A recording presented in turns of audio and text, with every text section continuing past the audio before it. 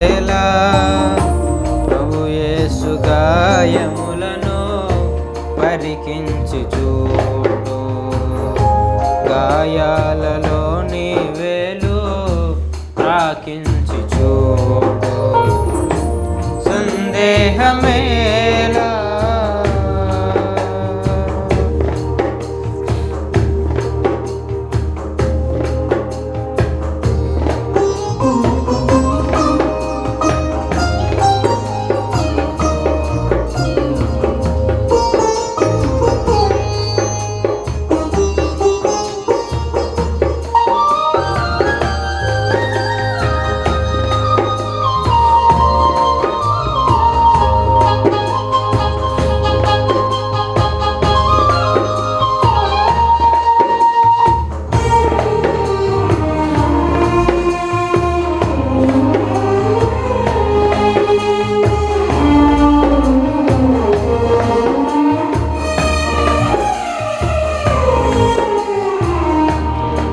ముల్ల మకుటము నీకై ధరించెనే, నీ పాప శిక్షను తానే భరించెనే.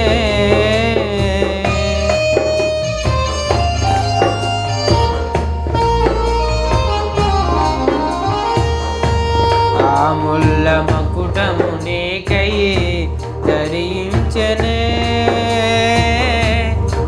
పాప శిక్షను తానే భరించెనే. ప్రవహించే రక్తధార నీ కోసమే, కడుంచే రక్తధార నీ కోసమే, కడుగోర నీ కోసమే,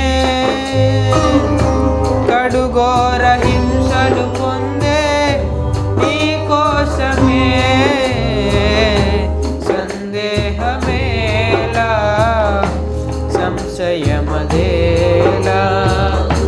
ప్రభు యేసు గాయములను పరికించి చూడు, గాయాలలోని వేలు తాకించి చూడు, సందేహమేలా.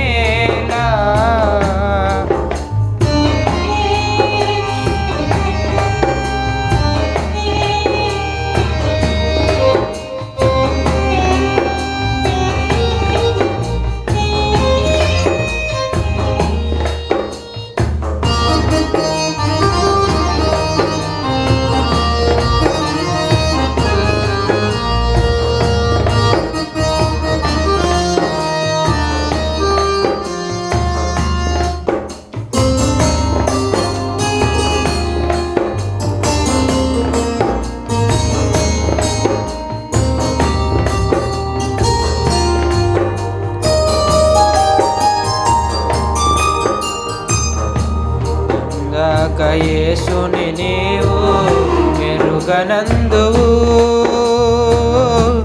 ఎందాక హృదయము బయట మందువు.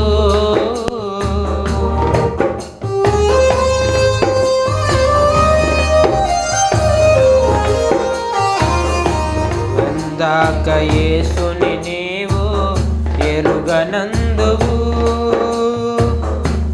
ఎందాక హృదయము బయటే నిలువమందువు. యేసయ్య ప్రేమ నీకు లోకువాయనా,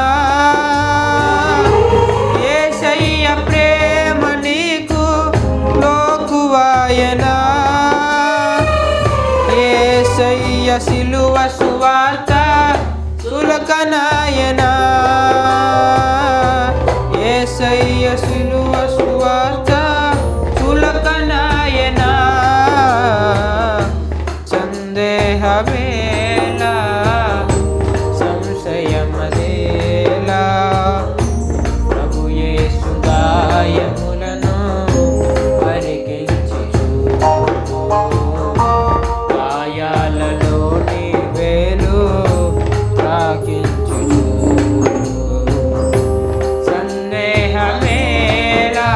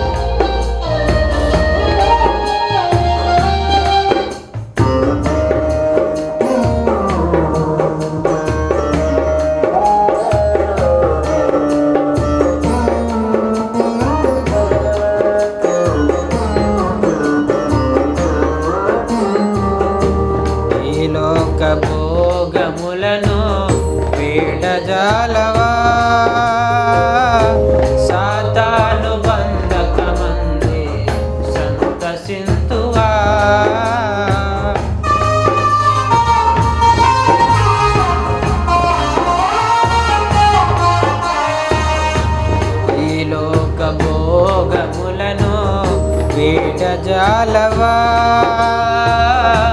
సాతాను బంధకమందే సంతసింతువా యేసయ్య సహనముతోనే చెలగాటమా యేసయ్య సహనముతోనే చెలగాటమా ఈనాడు రక్షణ దినము గ్రహించుమా ఈనాడు రక్షణ దినము గ్రహించుమా సందేహమేలా సంశయమదేలా ప్రభు యేసు గాయములను పరికించుచు గాయాలలో నీ వేలు త్రాకించుచు సందేహమేలా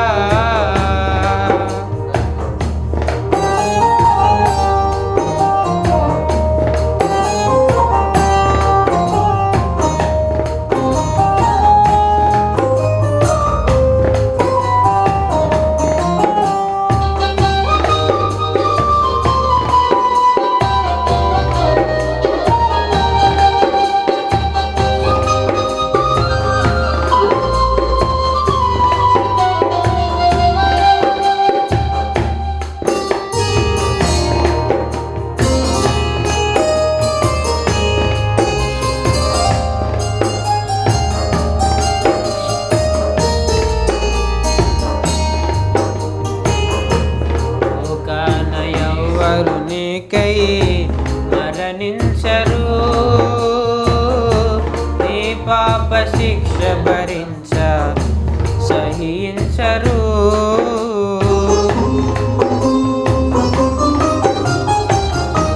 లోకాన ఎవ్వరు నీకై మరణించరు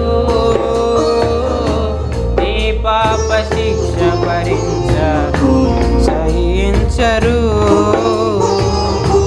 నీ తల్లి అయిన గాని నిన్ను మరచనే నీ తల్లి అయిన గాని నిన్ను మరుచునే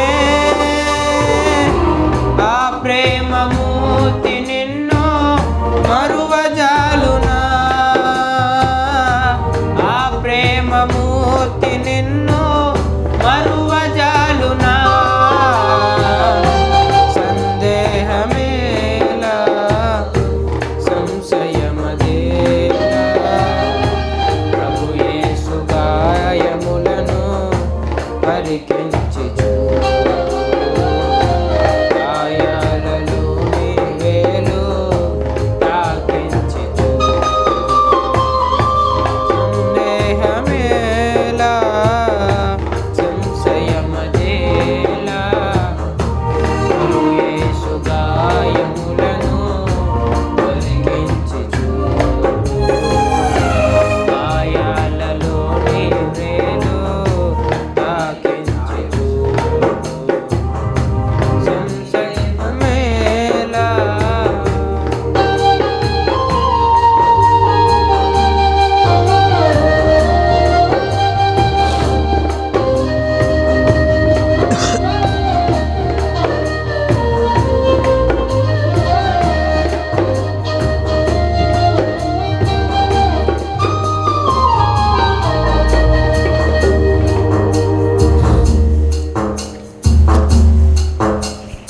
ప్రభు అయిన యేసుక్రీస్తు నామమునకు మహిమ కలుగును గాక. ప్రభును ప్రియరక్షకుడైన యేసు ప్రభు నామంలో మీకు అందరికీ కూడా వందనాలు తెలియచేస్తున్నాను. ఈ రాత్రి ప్రభు సన్నిధిలో కొంచెం ఆలస్యం జరిగింది, క్షమించండి. కొన్ని పరికరాలు సరిగా స్పందించకపోయినా ప్రభు మనకు సహకారిగా ఉన్నాడు, అందుని బట్టి ప్రభుని స్తుతిస్తున్నాం. ఈ రాత్రి కూడికు చేరి వచ్చి కనిపెడుతున్న మీకు అందరికీ హృదయపూర్వక వందనాలు తెలియచేస్తున్నాం. యోహాను సువార్తలోంచి ఈ రాత్రి వాక్య ధ్యానం కొరకై 5వ అధ్యాయం చూడండి. చదువుకొని కొన్ని మాటలు ఈ రాత్రి ధ్యానం చేద్దాం. యోహాను సువార్త 5వ అధ్యాయంలో ఒక వచనాన్ని మనం చదువుదాం. 37వ వచనం. మీరు ఏ కాలమందైనను ఆయన స్వరము వినలేదు, ఆయన స్వరూపము చూడలేదు. మీరు ఏ కాలమందైనను ఆయన స్వరము వినలేదు, ఆయన స్వరూపము చూడలేదు. ఆ తర్వాత 39వ వచనం, లేఖనములు యందు మీకు నిత్య జీవము కలదని తలంచుచు వాటిని పరిశోధించుడి లేదా పరిశోధించుచున్నారు, అవే నన్ను గూర్చి సాక్ష్యమిచ్చుచున్నవి. 45వ వచనం, మీరు ఆశ్రయించుచున్న మోషే మీ మీద నేరం మోపును, అతడు నన్ను గూర్చి వ్రాసెను గనుక మీరు మోషేను నమ్మినట్టయిన నన్నును నమ్ముదురు. ప్రార్థన చేద్దాం, వాక్యం ధ్యానం చేద్దాం. పరిశుద్ధుడైన తండ్రి, మిమ్మల్ని స్తుతిస్తున్నాం. ఈ రాత్రి మాకు ఇచ్చినందుకు, సమయాన్ని ఇచ్చినందుకు, సందర్భాన్ని ఇచ్చినందుకు, సహాయం చేస్తున్నందుకు, సహకరిస్తున్నందుకు హృదయపూర్వక స్తోత్రాలు చెల్లిస్తున్నాం. ఈ రాత్రి కుమారుడైన క్రీస్తు ప్రభు అత్యధికంగా మహింపరచబడబోతుంటుండగా ప్రతి ఆటంకం, అభ్యంతరం యేసుక్రీస్తు ప్రభునామములో తొలగిపోవును గాక అని ప్రార్థిస్తూ యేసు ప్రభునామములో వేడుకుంటున్నాం పరమ తండ్రి, ఆమేన్. ప్రియులారా, యోహాను సువార్త 5వ అధ్యాయంలో ఈ రాత్రి ప్రభు నాకు ఇచ్చిన తలంపులు మీకు జ్ఞాపకం చేస్తాను. గమనించండి, ఇక్కడ వ్రాయబడిన వచనాల్లో మీరు ఆయన స్వరము వినలేదు, ఆయన స్వరూపము చూడలేదనే సందేశం ఒకసారి ఆల్రెడీ మనం విన్నదే. అయినా ఈ రాత్రి మనం వినబోయే సందేశానికి అది సహకారంగా ఉంటుంది. ఈ రాత్రి వర్తమానం టైటిల్ నేను పెట్టేటప్పుడు 30వ వచనం పెట్టాలని నేను పెడుతున్నాను. అదేంటంటే, నా ఇష్ట ప్రకారం కాదు దేవుని చిత్తం అనే టైటిల్. ఏది క్షేమం, మన ఇష్టమా దేవుని చిత్తమా అని. ఈలోగా నా ఇష్టం ప్రకారం కాకుండా దేవుని చిత్తం ప్రకారం ఆ టైటిల్ నేను మళ్ళీ మార్చాను. ఏది క్షేమం, లేఖనాల విధిరూపకమైన ఆజ్ఞల అని ప్రభు పెట్టమని కోరాడు. కాబట్టి దేవుని చిత్తమే జరుగుతుంది, మనుషుల ఇష్టం కాదని మరొకసారి నేను గ్రహించాను. ద్వితీయోపదేశకాండం 4వ అధ్యాయానికి రండి ఒకసారి. ద్వితీయోపదేశకాండం 4వ అధ్యాయం వచనం 15 చదువుదాం. హోరేబులో యెహోవా అగ్నిజ్వాలల మధ్య నుండి మీతో మాట్లాడిన దినమున ఏ స్వరూపమును చూడలేదు. 12వ వచనం చదువుదామండి. ఆ అగ్ని మధ్య నుండి మీతో మాట్లాడెను, మాటల ధ్వని మీరు వింటిరి కానీ ఏ స్వరూపమును మీరు చూడలేదు, స్వరము మాత్రమే వింటిరి అన్నాడు. యోహాను సువార్త 5వ అధ్యాయం చూడండి, 37వ వచనం, మీరు ఏ కాలమందైనను ఆయన స్వరము వినలేదు, ఆయన స్వరూపము చూడలేదు. ద్వితీయోపదేశకాండం 4వ అధ్యాయం 12 చూడండి, మీరు స్వరము వింటిరి, స్వరూపము చూడలేదు. ఈ వాక్యాన్ని మనం చూస్తున్నప్పుడు ద్వితీయోపదేశకాండం రాసింది మోషే. ఆనాడు మోషే ద్వారా దేవుడు ఏమి రాయించాడంటే, హోరేబులో అనగా సీనాయి పర్వతం దగ్గర అగ్నిజ్వాలల మధ్యలో మీరు కేవలం ఆయన స్వరం విన్నారు కానీ ఆయన స్వరూపం చూడలేదని రాశారు. కానీ యోహాను సువార్త 5వ అధ్యాయంలో యేసు ప్రభువులు వారు మాట్లాడితే ఏమన్నారు, ఆయన స్వరూపం చూడలేదు, ఆయన స్వరం కూడా వినలేదని చెప్పారు. ఒక మాటని ఇక్కడ మనం జ్ఞాపకం చేసుకుని ముందుకెళ్ళాలి. స్వరం విని స్వరూపం చూడకుండా ఉంటామా? వాక్యం ప్రకారం ఆలోచించేద్దాం. స్వరం విని స్వరూపం చూడకుండా ఉండటం సాధ్యమేనా? అది మనం తెలుసుకుందాం. ఒకసారి దీనికి సహాయకరంగా ప్రభు నాకు ఇచ్చిన తలంపు మత్తయి సువార్త 28వ అధ్యాయం 3వ వచనం చదువుదాం. మత్తయి సువార్త 28వ అధ్యాయం 3వ వచనం, ఆ దూత స్వరూపము మెరుపు వలె ఉండెను అనే మాట చూడండి. ఆ దూత స్వరూపము మెరుపు వలె ఉండెను అనే మాట చూస్తున్నాం. ఇప్పుడు ప్రకటన గ్రంథం 6వ అధ్యాయానికి వద్దాం. ప్రకటన గ్రంథం 6వ అధ్యాయం చూడండి. వచనం మొదటి వచనాల్లో వ్రాయబడిన వచనాన్ని మనం చూస్తున్నాం. వచనం మొదటి వచనం,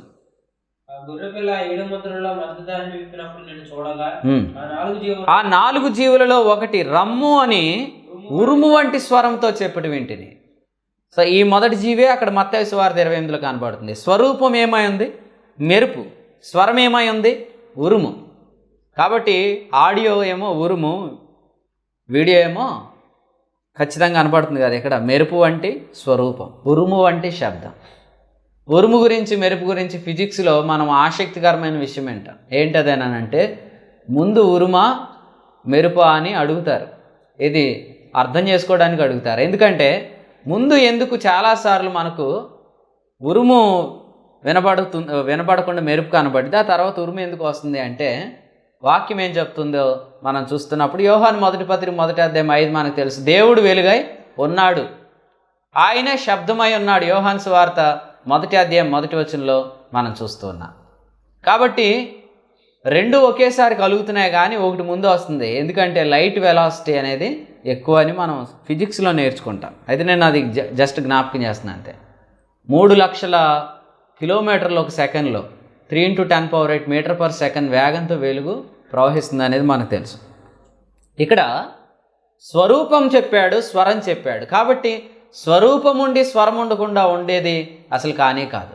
మరి ఎందుకు ద్వితీయోపదేశకాండం 4వ అధ్యాయంలో మీరు ఏ స్వరూపం చూడలేదు కానీ స్వరం విన్నారు అన్నాడో ఒకసారి గమనిద్దాం. ఇందులోనే మన పాఠం కూడా కలిసి వస్తుంది. కాబట్టి అంత ప్రాముఖ్యమైనదే, శ్రద్ధగా వినండి. ద్వితీయోపదేశకాండంలో 4వ అధ్యాయంలో అసలు స్వరం అంటే ఏంటి అనేది మనం చూద్దాం. ద్వితీయోపదేశకాండం 4వ అధ్యాయంలో హోరేబులో ఆ అగ్నిజ్వాలల మధ్యలో వచ్చిన స్వరం ఏంటి, అది ఏమని పిలువబడిందో విందాం. చదువుకుందాం రండి. ఒక్కసారి అపోస్తుల కార్యాల గ్రంథం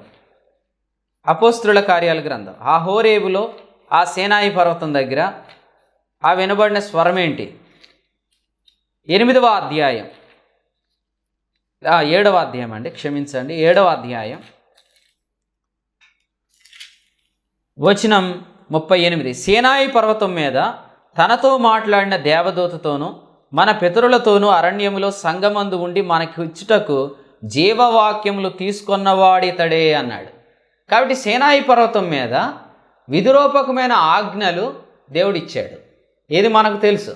యోహాను సువార్త 1వ అధ్యాయం 17వ వచనం ప్రకారం ధర్మశాస్త్రము మోషే ద్వారా అనుగ్రహించబడిను అనే మాట చూస్తున్నాం. కానీ ఎక్కడ? సీనాయి పర్వతం దగ్గర.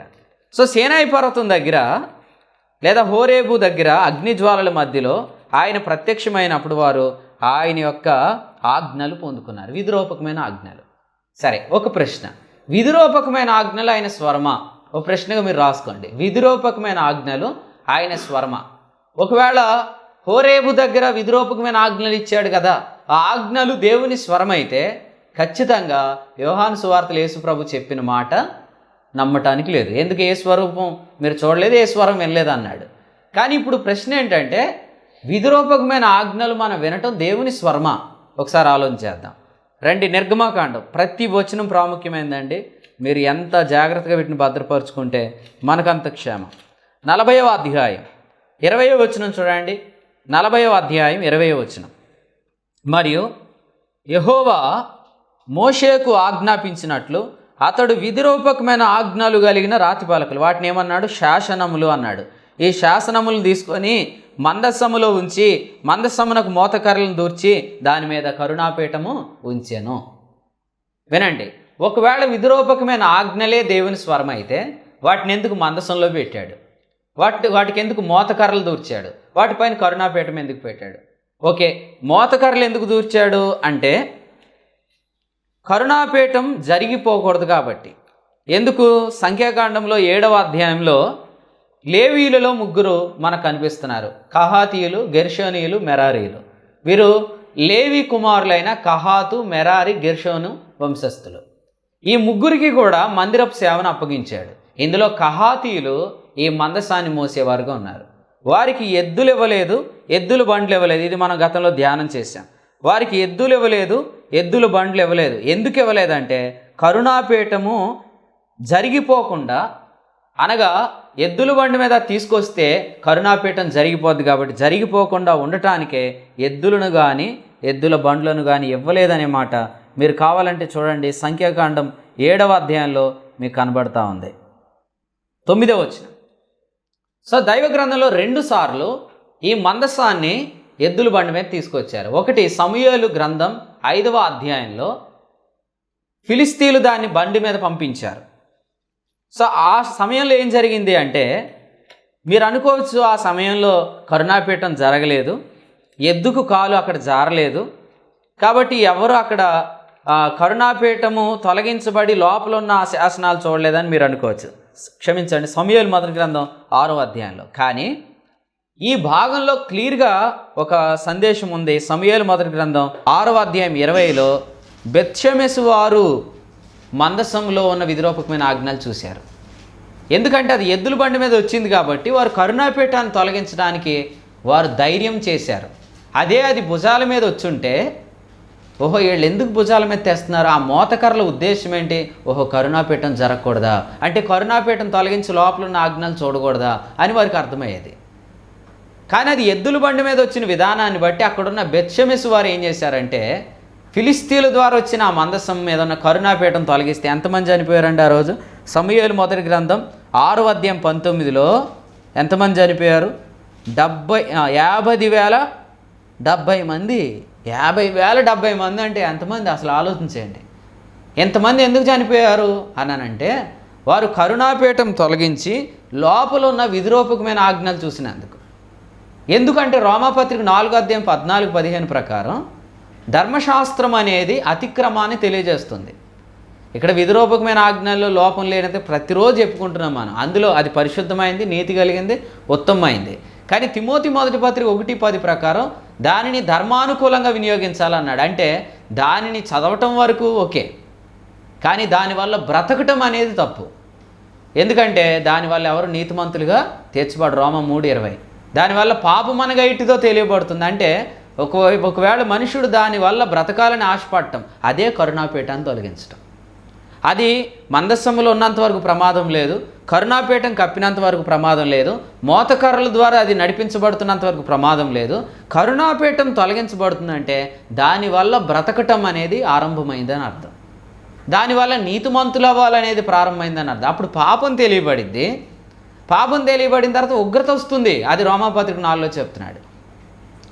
బెత్షెమెషు వారికి యాజకుడు లేడు, బలిపీఠం లేదు, బలులు లేవు కాబట్టి డైరెక్ట్గా బెత్షెమెషు ప్రజలు చనిపోయారు. కానీ ఇశ్రాయేలీయులకు యాజకుడు ఉన్నాడు, బలులు ఉన్నాయి, బలిపీఠం ఉంది కాబట్టి ఉజ్జా చనిపోయాడు. All points to be noted and important కూడా. ఎందుకంటే దేవుడి రాత్రిస్తున్న వర్తమానంలో మనం వింటున్నవన్నీ క్రొత్త పాయింట్లే. ఎందుకు ఆనాడు ప్రజలు చనిపోయారు? ఎందుకంటే ఆనాడు వారికి యాజకుడు లేడు, ఆనాడు వారికి బలిపీఠం లేదు, బలి లేదు. కానీ ఇశ్రాయేలు మధ్యలో ఒకసారి దావీదు ఏం చేశాడంటే ఈ మందసాన్ని ఎద్దుల బండి మీద తీసుకొని వచ్చాడు. సో ఎద్దుల బండి మీద తీసుకొచ్చిన ఎద్దుల గురించి స్టడీ చేయొద్దు. ఇక్కడ చాలామంది ఆ ఎద్దుల గురించి స్టడీ చేస్తున్నారు. ఇక్కడ ఎద్దులది లోపం కాదు. సంఖ్యాకాండం 7వ అధ్యాయం ప్రకారం దాన్ని ఎద్దుల బండి మీద తీసుకొని రాకూడదని ఎందుకు చెప్పాడు అనేది ప్రాముఖ్యమైనది. కారణం కరుణాపీఠం తొలగించబడితే, అంటే జరిగిపోతే.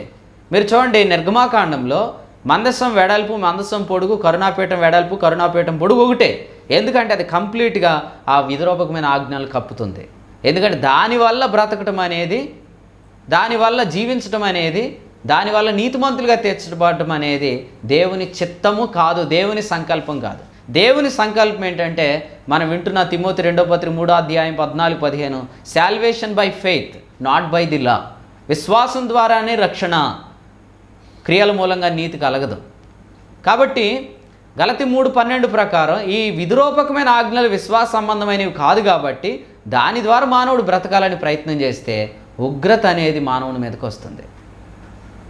కాబట్టి యూదుల మధ్యలో అది ఎద్దుల బండి మీద తీసుకొచ్చిన ఆనాడు ఉజ్జా మాత్రమే ఎందుకు చనిపోయాడు, ఆనాడు ఎందుకు ప్రజలు చనిపోలేదంటే కారణము ఇశ్రాయేలు మధ్యలో యాజకులు ఉన్నారు, బలిపీఠం ఉంది కాబట్టి ఆనాడు ఉజ్జా వారికి ఆ ప్రమాదం జరిగింది. ఒకసారి దినవృత్తాంతాలు మొదటి గ్రంథం 13వ అధ్యాయం 9వ వచనం. వారు కీదోను కళ్ళమునొద్దకు వచ్చినప్పుడు ఎడ్లకు కాలు జారినందున మందసమ్మును పట్టుకొని వాళ్ళని ఉజ్జా చేయి చాపగా యెహోవా కోపం అతని మీద రగులుకొనెను. సో మీరు కూడా గమనించండి, ఈనాడు సంఘం కూడా ఇంతే. సంఘము దుర్బోధలు వింటుంది అంటే దేవుడు డైరెక్ట్గా సంఘం మీద అటాక్ చేయడు. ఎందుకు చేయడంటే కాపర్లను నియమించాడు. ఎఫెసీ పత్రిక 4లో ఈ మార్నింగ్ టైం మనం విన్నా. ఎందుకు కాపర్లు, ఎందుకు ఉపదేశకులు, ఎందుకు అపోస్తులు, ఎందుకు ప్రవక్తలు? కారణం ఏంటంటే ఒకవేళ సంఘము దుర్బోధలు వింటుందంటే ఆ దుర్బోధను ప్రకటిస్తున్న వారి మీదకే శాపం వస్తుంది. గలతీ పత్రిక 1వ అధ్యాయంలో పౌలు చెప్పాడు, నేను మీకు ప్రకటించిన సువార్త గాక మరి ఒక సువార్త నేనైనను పరలోకం నుండి వచ్చిన దూత అని మీకు ప్రకటించినట్లా వాడు శాపగ్రస్తుడవును గాక. మళ్ళీ గలతీలతో మాట్లాడుతున్నాడు. గలతీల్లో ఉన్న వారందరూ సువార్తను విడిచి భిన్నమైన సువార్తకు తిరిగిపోయారు. కానీ వార్త ఏమంటున్నాడు, మిమ్మును ఎవడు కలవరపెట్టానో మిమ్మల్ని కలవరపెట్టుచున్నవాడు తగిన శిక్ష భరించను అన్నాడు. కానీ వారిని గురించి ఏమంటున్నాడు 5:4 గలతీ పత్రికలో, మీరు కృపలోంచి తొలగిపోతున్నారు, మీరు క్రీస్తులోండి వేరైపోతున్నారు. గలతీ 5:2 మీ క్రీస్తు వలన మీకు ఏ ప్రయోజనం కలగదు అంటున్నాడు. కానీ బోధకుల గురించి ఏమంటున్నాడు, వారు కపట సహోదరులు.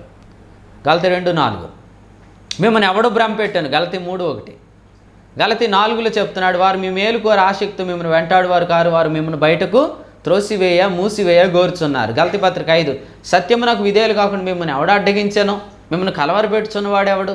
సో ఎందుకు బోధకులను ఉద్దేశించి చెప్తున్నాడంటే, బెత్షెమెసు వారికి కాపరు లేడు కాబట్టి డైరెక్ట్గా ఉగ్రత వచ్చి ప్రజల మీద పడింది. కానీ ఇశ్రాయేలీయులకు యాజకుడు ఉన్నాడు, బలిపీఠం ఉంది, బలి ఉంది, అందుకని ఉజ్జా మీద అగ్ని పడింది లేదా ఉగ్రత పడింది. అలాగే సంఘములో కూడా అంతే. సంఘంలో దుర్బోధల సంఘాలు వింటున్నాయంటే ప్రజల మీదకు డైరెక్ట్ అటాక్ రాదు. అటాక్ ఎవరి మీదకి వస్తుంది, అబద్ధ బోధకుల మీదకి వస్తుందండి. పేతురు రాసిన 2వ పత్రిక 2వ అధ్యాయం, యోధా పత్రిక, యోహాను రాసిన 1వ పత్రికలో ఈ విషయాలు వ్రాయబడ్డాయి. వినండి. ఇప్పుడు కొరింథీయులకు రాసిన 1వ పత్రిక 3వ అధ్యాయం 15-16 ఏమన్నాడు, మీరు దేవుని ఆలయమై ఉన్నారు, మీ దేవుని ఆత్మకు నివాసమై ఉన్నారు. దేవుని ఆలయం ఎవడైనా పాడు చేస్తే దేవుడు వానిని పాడు చేస్తాడు. ఎందుకంటే దేవుడు సంఘమును ప్రేమిస్తున్నాడు. అపోస్తులు 20:28 చెప్తున్నాడు, దేవుడు సంఘాన్ని ప్రేమిస్తున్నాడు కాబట్టి క్రూరమైన తోడేళ్ళు వస్తాయి, మీరు సంఘాన్ని జాగ్రత్త కాపాడండి అని పెద్దలకు, ఎఫెసీ పెద్దలకు పౌలు చెప్తున్నాడు. సరే, ఇప్పుడు ఒక ప్రశ్న, విధిరూపకమైన ఆజ్ఞలు దేవుని స్వరం అయితే 3 సందర్భాలు చదివాం. నిర్గమాకాండంలో నుంచి 40వ అధ్యాయం నుంచి ఒకటి చదివాం, తర్వాత సంఖ్యాకాండంలో సమూయేలు గ్రంథంలో కలిపి ఒకటి చదివాం, తర్వాత దినవృత్తాంతాల గ్రంథంలో ఒకటి చదివాం. ఈ 3 సందర్భాల్లో అసలు దేవుని యొక్క స్వరం విధిరూపకమైన ఆజ్ఞలు అయితే దాన్ని ఎందుకు మందస్సము లోపల పెట్టాడు. ఇప్పుడు ఇదే గ్రంథం తీసుకుందాం. ఏ గ్రంథం? మోషే గ్రంథమే. మోషే ఏమేమి రాశాడు? మనం చదువుకున్న వాక్య భాగాలు నిర్గమకాండం రాశాడు, ద్వితీయోపదేశకాండం రాశాడు, సంఖ్యాకాండం కూడా రాశాడు. ద్వితీయోపదేశకాండంలో ఏమన్నాడు వారితో మాట్లాడుతూ, మీరు ఆయన స్వరము విన్నారు, ఆయన స్వరూపం చూడలేదు అన్నాడు. అయితే మోషే వ్రాసిన మరొక గ్రంథం సంఖ్యాకాండం 7వ అధ్యాయం 90వ వచనం. సంఖ్యాకాండము 7వ అధ్యాయం 90వ వచనం. మోషే యెహోవాతో మాట్లాడటకు ప్రత్యక్ష గుడారంలోనికి వెళ్ళినప్పుడు సాక్ష్యపు మందసం మీదనున్న కరుణాపీఠం మీద నుండి, అనగా 2 కెరూబుల నుండి నడుము నుండి తనతో మాట్లాడి యెహోవా స్వరము అతడు వినెను, అతడు ఆయనతో మాట్లాడాను. ప్రియులారా వినండి, ఒకవేళ మందస్సంలో ఉన్న ఆజ్ఞలు ఆయన స్వరం అయితే మరి మందస్సంలో ఉన్న ఆజ్ఞలను కప్పిపెట్టి కరుణాపీఠం మీద నుంచి మాట్లాడింది ఆయన స్వరం అని ఎందుకు రాశాడు? సో ఇప్పుడు క్లియర్గా కన్ఫ్యూజన్ లేకుండా ముందుకు వచ్చేద్దాం. కరుణాపీఠం మీద నుంచి మాట్లాడిందే దేవుని స్వరం, విధిరూపకమైన ఆజ్ఞలు దేవుని స్వరం కాదు. ఎందుకు అనంటే, ఒకవేళ ఆజ్ఞలే దేవుని స్వరం అయితే దేవుడు వాటిని కరుణాపీఠంతో కప్పేవాడు కాడు, మోతకర్రలు దూర్చేవాడు కాదు. ఆ క్రమాన్ని తప్పిన బెత్షెమెసు వారు లేదా ఫిలిస్తీయుల విషయంలో ఆ క్రమాన్ని తప్పిన దావీదు ఆ కాలంలో ఉన్న ఉజ్జా విషయంలో ఆయన చర్యలు తీసుకునేవాడు కాదు. కాబట్టి గమనించండి, విధిరూపకమైన ఆజ్ఞలు దేవుని స్వరం కాదు. మరి ఎందుకు ఆయన స్వరం మీరు విన్నారు అన్నాడంటే, ఇప్పుడు మన హెబ్రీ పత్రిక వచ్చేద్దాం. హెబ్రీలకు రాసిన పత్రిక 12వ అధ్యాయం దగ్గరికి రండి. 12వ అధ్యాయం 19-20 వచనాలు. బోర ధ్వనికిని మాటల ధ్వనికిని మీరు వచ్చి ఉండలేదు, ఒక జంతువైనను ఆ కొండను తాకిన ఎడల రాళ్లతో కొట్టబడవలనని ఆజ్ఞాపించిన మాటకు వారు తాళలేక ఆ ధ్వని వినిన వారు మరి ఏ మాటయు తమతో చెప్పవలదని బతిమాలు కొనిరి. కాబట్టి ఆనాడు విధిరూపకమైన ఆజ్ఞలు దేవుని స్వరం కాదు, అది కేవలం ధ్వని మాత్రమే, అది శబ్దం మాత్రమే. దాన్ని ఎలాగెందుకు అర్థం చేసుకోవాలో చెప్తాను. ద్వితీయోపదేశకాండం 4లో ఏం చెప్పాలనుకున్నాడంటే, దేవుడు మీకు హోరేబులో ప్రత్యక్షమయ్యాడు, అగ్నిజ్వాలల మధ్యలో ఆయన నుండి ఆయన మీతో మాట్లాడాడు. ఆనాడు మీరు స్వరం విన్నారు, స్వరూపం చూడలేదు, కాబట్టి ఏ స్వరూపం చేయకండి. అంటే దేవుడు ఖచ్చితంగా శబ్దము, ఆయన ఖచ్చితంగా ధ్వని చేశాడు, కాబట్టి ఆయన ఉన్నాడు, మాట్లాడాడు, కానీ మీరు ఆయన స్వరూపం చూడలే. అందుకని ఆయన స్వరూపంలో ఏది చేయొద్దని చెప్పటానికి ద్వితీయోపదేశకాండం 4వ అధ్యాయంలో దేవుని స్వరం అన్నాడు. కానీ ఒరిజినల్గా 10 ఆజ్ఞలు, విధిరూపకమైన ఆజ్ఞలు, అవి దేవుని స్వరం కాదు. ఎందుకంటే విధిరూపకమైన ఆజ్ఞలు అవి మందసములో ఉంచబడి దాని మీద కరుణాపీఠం పెట్టబడింది. కాబట్టి ఈనాటికి కూడా విధిరూపకమైన ఆజ్ఞల ద్వారా బ్రతకటమే దేవుని స్వరం అని చాలామంది అనుకుంటున్నారు. అలాంటిది మరి ప్రకటించబడతా ఉంది. ఈ విషయంలో చాలామంది జాగ్రత్త కలిగి ఉండాలని ప్రభుపేట తెలియచేస్తూ ఉన్నాను. కాబట్టి దేవుని వాక్యాన్ని మనం వింటూ ఉన్నప్పుడు, మనం చూస్తూ ఉన్నప్పుడు చాలాసార్లు విధిరూపకమైన ఆజ్ఞల ద్వారా బ్రతకటమే మరి దేవుని చిత్తమని, లేకపోతే దేవుని మర్మమని, దేవుని ఉద్దేశమని, దేవుని సంకల్పమని చాలామంది తలస్తూ ఉన్నారు. వినండి, దేవుని స్వరం ఏంటో చూడండి. రండి, దైవ గ్రంథంలో నుంచి ఒక మాట చదువుకుందాం. హెబ్రీలకు రాసిన పత్రిక 12వ అధ్యాయంలో ఆయన హోరేబులో అగ్నిజ్వాలల మధ్య ప్రత్యక్షమై ఆయన మాట్లాడినప్పుడు అక్కడ ఏముందో చూడండి. 18వ వచనం, హెబ్రీ 12:18. సృష్టించి తెలుసుకొనదగినట్టు మండుచున్నట్టు కొండకును అగ్నికిని కారు మేఘమునకును గాఢాంధకారమునకును అనే మాట ఉంది. గాఢాంధకారం చూడండి. గాఢాంధకారం అంటే చాలా కఠినమైన చీకటి అనే మాట చూస్తున్నాం. చాలా కఠినమైన చీకటి. ఈ కఠినమైన చీకటిని గురించి మనం ఆలోచన చేస్తున్నప్పుడు, ఒకవేళ అదే దేవుని స్వరం అయితే, అదే దేవుని చిత్తమైతే, ఒకసారి సంఖ్యాకాండం 8వ అధ్యాయాన్ని కూడా గమనించండి. సంఖ్యాకాండం 8వ అధ్యాయం మొదటి 4 వచనాలు చదువుకుందాం.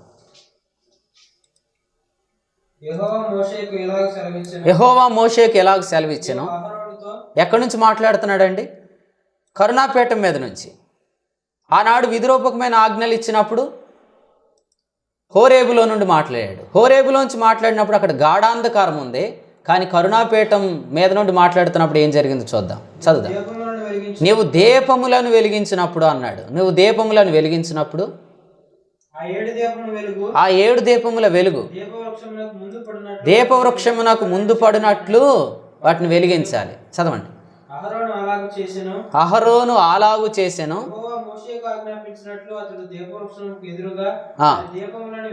వెలిగించాను. మంచిది. దీపములను ఎలా వెలిగించాడు? ఇక్కడ క్లియర్గా చూస్తా ఉన్నాం. దాని వెలుగు ముందు పడినట్లు వెలిగించాడు. అంటే ప్రత్యక్షపు గుడారంలో మనం గమనించినట్లయితే ఎంతో వెలుగు లోపల కనబడతా ఉంది. కారణం ఏంటంటే ఆ 7 దీపముల వెలుగు ముందు పడుతూ ఉంది అనే మాట చూస్తా ఉన్నాం. ఇప్పుడు ప్రకటన గ్రంథం 1:13, ప్రకటన 1:13, 3:20 కూడా చదువుదామండి.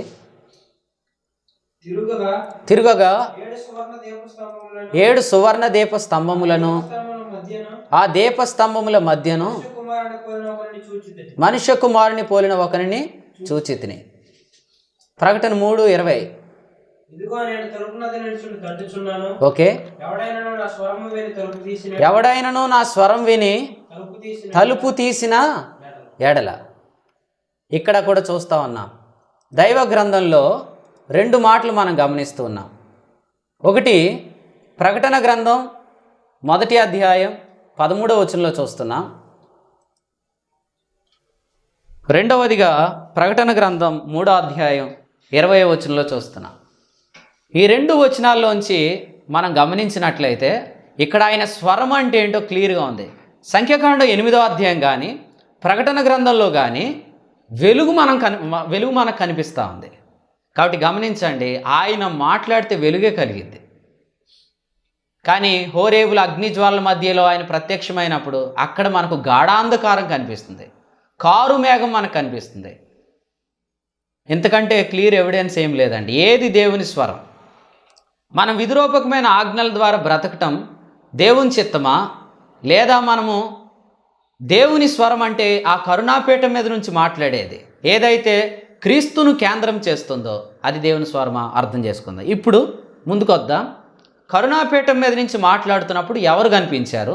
విధిరూపకమైన ఆజ్ఞలు ద్వారా మాట్లాడుతున్నప్పుడు ఎవరు కనిపించారు? మళ్ళీ ఒకసారి ద్వితీయోపదేశకాండం 4వ అధ్యాయం. నిజంగా దేవుడు మాట్లాడుతున్నాడా విధిరూపకమైన ఆజ్ఞల ద్వారా? చూద్దాం. మతం ద్వారా దేవుడు మాట్లాడుతున్నాడా? విశ్వాసం అనే ఈ యొక్క నియమంలో దేవుడు మాట్లాడుతున్నాడా? ఈ రాత్రి తేల్చుకుందాం. దేవుని వాక్యం ద్వారా అర్థం చేసుకుందాం. ద్వితీయోపదేశకాండం 4వ అధ్యాయంలో వచనం 15, హోరేబులో యెహోవా అగ్నిజ్వాలల మధ్య నుండి మీతో మాట్లాడిన దినమున మీరు స్వరూపం చూడలేదు, కాబట్టి చాలండి. కాబట్టి దేవుని యొక్క స్పష్టమైన దర్శనం లేకపోతే దేవుని యొక్క ప్రత్యక్షత హోరేబులో కలగలేదు. మీరు అర్థం చేసుకోండి. మనం ఏమనుకుంటున్నామంటే విధిరూపకమైన ఆజ్ఞల ద్వారా బ్రతుకుతున్న వారికి దేవుని యొక్క ప్రత్యక్షత లేదు అనే విషయాన్ని మనము గ్రహించలేని వారంగా ఉన్నాం. ఏదైతే మతం అనేది ఉందో, ఈనాడు మతంలో ఎవరైతే బ్రతుకుతున్నారో, నేను కేవలము యోధా మతం గురించే మాట్లాడలే, ఈరోజు క్రైస్తవ్యం కూడా మతం అయింది. ఎక్కువ మంది క్రైస్తవ్యంలో విశ్వాస మూలంగా జీవించడం అనే ప్రాముఖ్యమైన పాయింట్కి బయటకు వచ్చేసారు. హబక్కు గ్రంథం 2:4 అసలు విశ్వాసము లేదా క్రైస్తవ్యం అంటే నీతిమంతుడు విశ్వాస మూలంగా జీవించడం. రోమా 10:17 ప్రకారం క్రీస్తును గూర్చిన మాట వలన విశ్వాసం కలిగిద్ది. క్రీస్తును గూర్చిన మాట కలగాలంటే ఎక్కడి నుంచి దొరికిద్ది ఇది? లూకాసు వార్త 24:27 లేఖనములు అన్నిటిలో క్రీస్తును గూర్చిన వచనాలు బాగుంది. లేఖనాలు లేవు ఈనాడు. లేఖనానుసారమైన ఆత్మ నడిపింపు లేదు. అపోస్తుల కార్యాల కింద 8:35 ఫిలిప్పు నపుంసకునికి లేఖనమును అనుసరించి యేసును గూర్చిన సువార్త ప్రకటించాడు. అంటే 2 మాటలు ఇక్కడ ఉన్నాయి. లేఖనం ఉండాలి, లేఖనాన్ని అనుసరించి ఆత్మ నడిపింపు ఉండాలి. ఫిలిప్పును నడిపించింది ఎవరండి? అపోస్తుల కార్యాల కింద 8వ అధ్యాయంలో చూడండి. ఫిలిప్పు ఆ రథం వెనకాల పరిగెట్టడానికి గల కారణం ఏంటంటే క్లియర్గా అక్కడ రాయబడింది, ఆత్మ ఫిలిప్పుతో ఆ రథమును వెంబడించమని చెప్పాడు 26వ వచనంలో. కాబట్టి లేఖనము, ఆత్మ నడిపింపు, అప్పుడు క్రీస్తు ప్రత్యక్షత. అందుకని మీరు చదివిన వాక్యంలో సంఖ్యాకాండం 8వ అధ్యాయంలో కరుణాపీఠం మీద నుంచి మాట్లాడాడు. రెండవదిగా దీపములను వెలిగించమన్నాడు. దీపములు ప్రకటన గ్రంథంలో 4వ అధ్యాయం 5వ వచనంలో 7 దీపములు 7 ఆత్మలని చెప్పాడు. సో లేఖనం ఎంత ప్రాముఖ్యమైందో లేఖనాన్ని అనుసరించడం ప్రాముఖ్యమైంది. ఆ లేఖనాన్ని అనుసరించడమే ఆత్మ నడిపింపు. 10 ఆజ్ఞల దగ్గర ఆత్మ అవసరం ఉండదండి. జూమ్ మీటింగ్లో ఉదయకాలం 7 గంటలకు ఒక ప్రశ్న ప్రభు అడిగించాడు నిన్న ఉదయకాలం. ఏంటా ప్రశ్న అంటే 10 ఆజ్ఞలు అనుసరించడానికి పరిశుద్ధాత్మ అవసరమా? ఖచ్చితంగా అవసరం లేదు. అలాంటప్పుడు ఎందుకు పరిశుద్ధాత్మ పాత నిబంధన కాలంలో కూడా వచ్చి వెళ్ళిపోతూ ఉన్నాడు? దానికి గల కారణము నిన్న ఉదయకాలం జూమ్ మీటింగ్లో విన్నా. ఎవరైనా ఆసక్తి గలవారు మరలా వినటానికి ప్రయత్నించండి. యూట్యూబ్లో అది అవైలబుల్గా ఉంది. సరే, ఇప్పుడు 10 ఆజ్ఞలకి ఎందుకు పరిశుద్ధాత్మ అవసరం లేదంటే 10 ఆజ్ఞలు లేదా మతము లేదా ఈ రిలీజియన్ ఓరియంటెడ్ లైఫ్ స్టైల్లో పరిశుద్ధాత్మ పని ఏమి అక్కడ ఉండదండి. ఎందుకు? ఈ విధిరూపకమైన ఆజ్ఞల సారం ఏంటి? నిన్ను వలె నీ పొరుగువాన్ని ప్రేమించాలి. అది 2వ ఆజ్ఞ. మొదటి ఆజ్ఞ ఏంటి అంటే నీ దేవుడైన యెహోవాను ప్రేమించాలి. సో దేవుణ్ణి ప్రేమించి పొరుగువాన్ని ప్రేమిస్తే 10 ఆజ్ఞలు నెరవేరినట్టు. ఇక్కడ దేవుణ్ణి ప్రేమించడానికి పరిశుద్ధాత్మ పనిచేయడు. పొరుగువాన్ని ప్రేమించడానికి కూడా అక్కడ పరిశుద్ధాత్మ అవసరం లేదు. ఎందుకంటే అసలు పరిశుద్ధాత్మ ఎందుకు దిగి వచ్చాడు? అపోస్తలుల కార్యాలు 2వ అధ్యాయంలో ఉన్న సంగతి రోమీయులకు రాసిన పత్రిక 5:5 చెప్పాడు. పరిశుద్ధాత్మ ఎందుకు దిగి వచ్చాడంటే ఆయన ద్వారా దేవుని ప్రేమ మన హృదయంలో కుమ్మరించబడింది.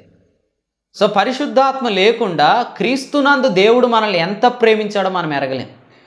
కాబట్టి మన ఎడల దేవునికున్న ప్రేమను ఎరగటానికే పరిశుద్ధాత్మ ఉన్నాడు మనలో. యోహాను మొదటి పత్రిక 4:16, 16 తర్వాత 19, 19 తర్వాత 20, 20 తర్వాత 21. 16 ఏం చెప్తుంది? దేవుని ప్రేమను ఎరుగుట. 16కు ముందు దేవుని ఆత్మను మనం కలిగి ఉన్నామన్నాడు, దేవుని ప్రేమను ఎరగటం అన్నాడు. 19లో దేవుణ్ణి ప్రేమించాలి అంటే మనం పొరుగువారిని ప్రేమించాలంటే ఫస్ట్ ఆయన మనలను ప్రేమించాడన్నాడు. మళ్ళీ చెప్తున్నా వినండి. అవసరము బట్టి మీరు కూడా బైబిల్ గ్రంథం తెరిచి రెఫరెన్సులు చూడండి. యోహాను మొదటి పత్రిక 4:13 ఫస్ట్ రెఫరెన్స్, ఆ తర్వాత 16, ఆ తర్వాత 19, ఆ తర్వాత 20, 21 వచనాలు. సో నేను ఇలా చెప్తున్నాను. 16వ వచనంలో పరిశుద్ధాత్మ, తర్వాత 13వ వచనంలో పరిశుద్ధాత్మ, 16వ వచనంలో ఆ ఆత్మ ద్వారా మనకు దేవుని ప్రేమ తెలుస్తుంది. 19వ వచనంలో మన ఎడల దేవునికున్న ప్రేమను మనం ఎరిగి మనం ప్రేమిస్తున్నాం. ఎవరిని ప్రేమిస్తున్నాం? 20, 21. ఒకటి దేవుణ్ణి, 2 పొరుగువాన్ని. కాబట్టి 10 ఆజ్ఞల్లో దేవుని ప్రేమించమని పొరుగువాన్ని ప్రేమించమని ఉంది, కానీ మన ఎడల దేవునికున్న ప్రేమ విధిరూపకమైన ఆజ్ఞల్లో ప్రత్యక్షం కాలేదు. ఎందుకు కాలేదు అది కూడా నేను చెప్తాను వినండి. విధిరూపకమైన ఆజ్ఞలు వచ్చిన తర్వాత హెబ్రీ పత్రిక 10:9 ప్రకారం ఆ ఆజ్ఞలు కొన్ని బలులను విధించాయి. ఈ బలులు ఏ బలులు? హెబ్రీ 13లో అవి మేకల యొక్కయు ఎడ్ల యొక్కయు రక్తం అన్నాడు. అంటే 10 ఆజ్ఞలు కుమారుని అనుగ్రహించలేదు. 10 ఆజ్ఞలు మేకలు కోడెలు అనే బలులను అనుగ్రహించాయి. కాబట్టి మేకల రక్తం, కోడెల రక్తం దేవుని ప్రేమ కాదు. దేవుని ప్రేమ ఏంటి? అపోస్తుల కార్యాల గ్రంథం 20వ అధ్యాయం 28 మనం చదివితే దేవుని ప్రేమ ఏమిటి అంటే ఆయన తన స్వరక్తం ఇచ్చాడు, ఆయన ప్రాణం పెట్టాడని అర్థం. రక్తం అంటే ఇక్కడ ప్రాణం. కొంతమందికి అర్థం కావట్లేదు, అందుకే చెప్తున్నానండి. లేవికాండం 17:11లో రక్తము అనగా దేహం నాకు ప్రాణం. కాబట్టి దేవుడు ప్రాణం ఇచ్చాడు అనేది విధిరూపకమైన ఆజ్ఞల క్రింద రాదు. మీకు మరొక మాట చెప్తాను వినండి. ఇందాక మనం సంఖ్యాకాండం 7:90లో చదివినప్పుడు కరుణాపీఠం ఎక్కడుంది? పైన ఉంది. సో విధిరూపకమైన ఆజ్ఞలు ఎక్కడున్నాయి? క్రింద ఉన్నాయి. కాబట్టి విధిరూపకమైన ఆజ్ఞల క్రింద యేసు ప్రభు బలి జరగలేదు. విధిరూపకమైన ఆజ్ఞల క్రింద మేకలు లేకపోతే ఎద్దులు అవి ఆ మేకల రక్తం, ఎడ్ల రక్తం చిందించబడింది. కాబట్టి అది దేవుని ప్రేమ కాదు. అందుకనే యేసు ప్రభు అనుగ్రహించబడింది, లేకపోతే యేసుక్రీస్తు ప్రభు బలియాగం చేయబడింది దేవుని ప్రేమ ప్రత్యక్షత అని రాశాడు. తీతు పత్రిక 3వ అధ్యాయం 4వ వచనం. 2వ అధ్యాయం 11లో యేసు ప్రభు ప్రత్యక్షత, కృపా ప్రత్యక్షత. అప్పుడు 3:4లో ఏమన్నాడు? దేవుని ప్రేమ ప్రత్యక్షమైంది అంటున్నాడు. కానీ హోరేబులో ప్రత్యక్షత కృపా ప్రత్యక్షత కాదు, ప్రేమ ప్రత్యక్షత కాదు. ఆ ప్రత్యక్షతలో 10 ఆజ్ఞలు ఇచ్చింది. ఎందుకంటే నిర్గమ 19:8, లోకా 18:18 ప్రకారం వారు కోరుకున్నారు. ఏమన్నానంటే యెహోవా చెప్పిందంతా మేము చేస్తాం. అంటే విధిరూపకమైన ఆజ్ఞల వల్ల మేము నీతిమంతులం అవుతామనే కోరిక. దానికి ముందు దేవుడు వారితో 5వ వచనంలో ఏమన్నాడు? నా నిబంధన అనుసరించండి, అంటే ఐగుప్తులోంచి వారిని బయటకు తెచ్చిన నిబంధన. ఆ కవనెంట్ నిర్గమ 2:24 అబ్రహాము, ఇస్సాకు, యాకోబులు అనుసరించిన నిబంధన. దాని పేరు నిర్గమ 15:13 కృప. సో వాళ్ళు గ్రేస్ కవనెంట్ వద్దని లా కవనెంట్ కోరుకున్నారు, కృపా నిబంధన వద్దని ధర్మశాస్త్ర నిబంధన కోరుకున్నారు. సో వారికి ఇచ్చిన ధర్మశాస్త్రం అనే ఆజ్ఞల దగ్గర ఆయన ప్రత్యక్షం కాలేదు. కాబట్టి వినండి, ఈనాడు ఎవరైతే విధిరూపకమైన ఆజ్ఞల ద్వారా బ్రతుకుతున్నారు వారికి దేవుని దర్శనం కలగదండి. ఇది చెప్పడానికి నేను డైరెక్ట్గా రెఫరెన్సులు మీ దగ్గర తీసుకొని వస్తున్నాను. మతంలో దేవుడి ప్రత్యక్షత ఉండదు, వెలుగు ఉండదు. ఎందుకంటే ఈ విధిరూపకమైన ఆజ్ఞల దగ్గర, ఈ బ్రతికే విధానం దగ్గర ఆయన స్వరూపం వారికి కనబడలేదు. అయితే ప్రకటన గ్రంథంలో 1:13 ఒకసారి మళ్ళీ చదువుదాం. నేను స్వరం విన్నానన్నాడు, తిరుగగా 7 దీపస్తంభముల మధ్య పోలిన ఒకరిని చూచాను అన్నాడు. అంటే అర్థం ఏంటి? విన్న స్వరం, చూస్తున్న స్వరూపం.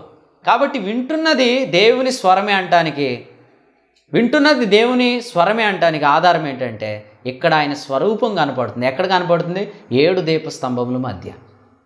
కాబట్టి ప్రకటన గ్రంథంలో మనం చదివిన దానికి సంఖ్యాకాండ 8లో 7 దీపములను వెలిగించి ముందు పడినట్లు వెలిగించమని ఎందుకు చెప్పాడంటే అప్పుడు కరుణాపీఠం మీద నుంచి మాట్లాడాడు. కాబట్టి కరుణాపీఠం మీద నుంచి మాట్లాడే దేవుని స్వరంలో ఆయన ప్రత్యక్షత కనబడుతుంది. ఒకటేనండి, ఆయన ప్రత్యక్షత అంటే మనకు వెలుగు కలుగుతుంది. వెలుగునే ఇంకో మాటలో చెప్పాలంటే రెవల్యూషన్ అంటున్నాం మనం. ప్రత్యక్షత. ప్రకటన గ్రంథం అంటే ఏంటి? The book of revolution. ప్రకటన గ్రంథం ప్రత్యక్షత గ్రంథం అని రాశాడు. అక్కడ ప్రకటన గ్రంథం 1వ అధ్యాయంలో మీరు ప్రకటన, అక్కడే ఫుట్ నోట్లు ఏముంటుంది? ప్రత్యక్షత. అందుకని ఇంగ్లీష్ బైబిల్లో ద బుక్ ఆఫ్ రెవల్యూషన్ అన్నాడు. ప్రత్యక్షత గ్రంథంలో ప్రకటన 1:13 చాలా ప్రాముఖ్యమైనది. ఎందుకంటే అక్కడే మనము ఆయన ప్రత్యక్షత చూస్తున్నాం. ఎక్కడ ఉన్నది ఆయన ప్రత్యక్షత? సంఘముల మధ్యలో. 7 దీపస్తంభములు అంటే 7 సంఘములు. కాబట్టి క్రీస్తు స్వరూపం లేదా దేవుని స్వరూపం సంఘములోనే వెల్లడైంది కానీ హోరేబు పర్వతం దగ్గర కాదు. ఎందుకు సంఘములోనే వెల్లడైందంటే సంఘములో ఎవరున్నారు? కొరింథీ మొదటి పత్రిక 3వ అధ్యాయం 15-16లో చూస్తున్నాం. సంఘములో పరిశుద్ధాత్మ ఉన్నాడు. పరిశుద్ధాత్మ ఏం చేస్తున్నాడంటే మనకు క్రీస్తును గురించి సాక్ష్యం ఇస్తున్నాడు. యోహాను 15:26లో మనం చూస్తూ ఉన్నాం. కాబట్టి పరిశుద్ధాత్మ ద్వారా క్రీస్తు ఇక్కడ బయలుపరచబడుతున్నాడు. కాబట్టి సంఘములో మనం వినేది దేవుని స్వరం కానీ, దేవుని స్వరూపం కానీ, సంఘానికి వెలుపల హోరేబు పర్వతం దగ్గర ఆయన స్వరం లేదు, ఆయన స్వరూపం లేదు.